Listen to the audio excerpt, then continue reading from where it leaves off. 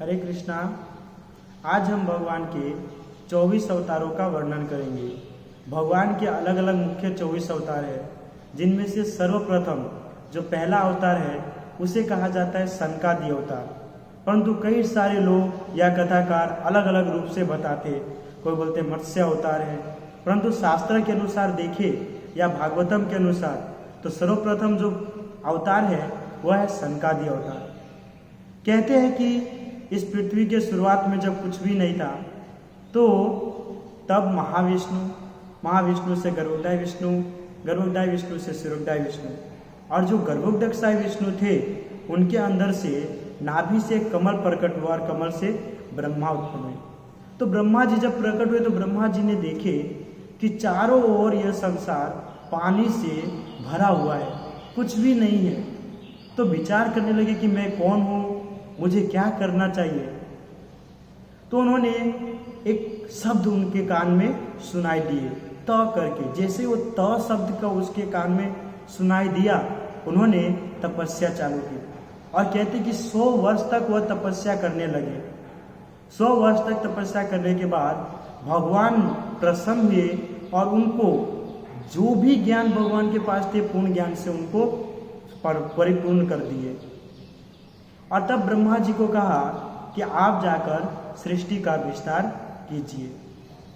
तो ब्रह्मा जी गए और ब्रह्मा जी ने सर्वप्रथम भगवान का ध्यान किया और उन्होंने 4 कुमार को प्रकट किए।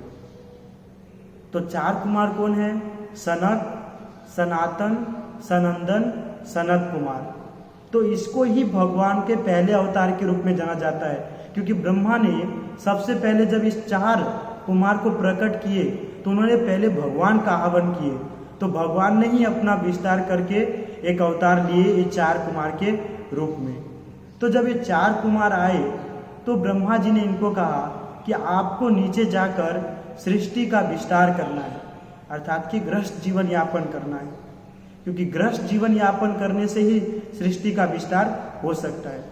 लेकिन ये स्वयं भगवान के स्वरूप थे और इन्हें पूर्ण ज्ञान था कि संसार के अंदर दुख ही भरा हुआ और कुछ भी नहीं है। इसके लिए उन्होंने कहा ब्रह्मा जी से, नहीं, मैं आजीवन ब्रह्मचारी रहना चाहता हूँ और भगवान की भक्ति साधना करना चाहता हूँ। मैं संसार या सृष्टि के अंदर जाकर गृहस्थ जीवन यापन नहीं करूँगा।